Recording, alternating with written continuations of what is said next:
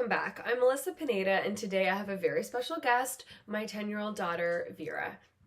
Hi, Vera. Hi. So she's going to talk about another book that she really enjoyed. What book are we talking about today? Incredible Incas. And it's part of the Horrible Histories collection. And well, what did you like about this book? Can you tell us a bit about it? What you thought?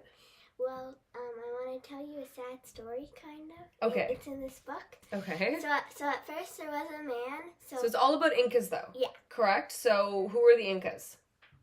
Well, the Incas were these tribes, I think. Mm-hmm. And they lived in the, Andes. Mm-hmm. In the Andes, yep. Mountains. Mm-hmm. And they had lots of llamas. Okay, they had lots of llamas. Okay, all right, tell us your sad story. Okay, so in this book, so there's a husband, wife, and a boy, and they husband, wife, and their son, and then the son had to go to war. I mean the man had to go to war. So and they're all sad, but then that one day that the wife saw that a white butterfly came in, and she said, "Ah, it's a sign from my husband. He's safe. He will return." And then the little boy, her son, said, "What?" And then she said, "It's my lover." And then a couple days later, the husband came back, and he was safe. And the little boy was picking weeds on their front lawn, and then he saw the dad, and then he's like, "Hello, my boy, how are you?" And then his son said, "I'm good." And then he said, "I thought you'd be sad without me, because you're sad when I left you." And then the son said, "No, Mommy's lover was here." Oh no. And then so the dad thought that she was like her wife. His wife was with someone else. Oh no. So he came in with his bat that he used for war. Okay. And he did it to her. Okay, so he banged her with his bat. He hit her with the bat. Okay. And then she died. And then the white butterfly flew in from the window again. And then the little boy said, "Oops." No, he said, "Oh look, Mommy's lover." And then the dad was like, "Oops." All right. It's a legend. It's a legend. Okay, hopefully. Do you want to know how they used to make beer? Yeah, absolutely. How did the Incans make beer?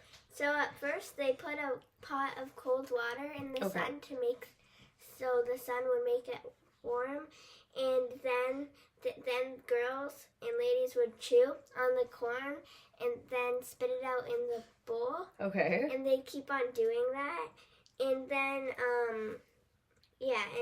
that they'd leave it for a few weeks to brew. Okay. The pot with all the chewed up corn in it, and then they'd strain it, and then they'd have a delicious chicha beer. Wow. Okay, that is not a beer that I would want to try.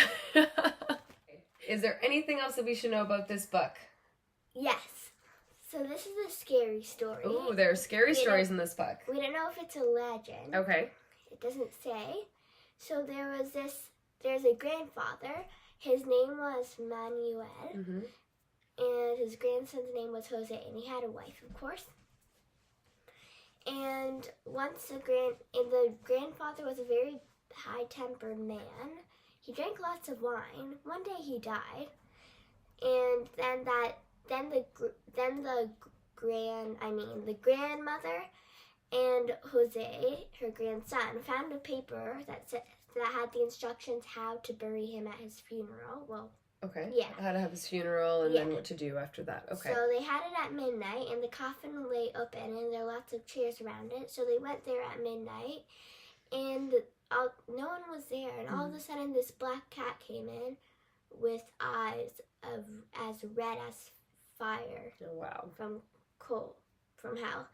And the grandmother was superstitious about this, so she thought it was sent from hell, and she could smell the fires of hell. Okay. So, and then that many other came following that one, and then other cats showed up? Yeah. Okay. And then they all sat on the chairs, like as if they were people. Okay. And then that they all started to meow, like in a very high pitched meow tone. Okay. It's creepy. Yeah, but then all of a sudden, Manuel, the grandfather who died, started to rise.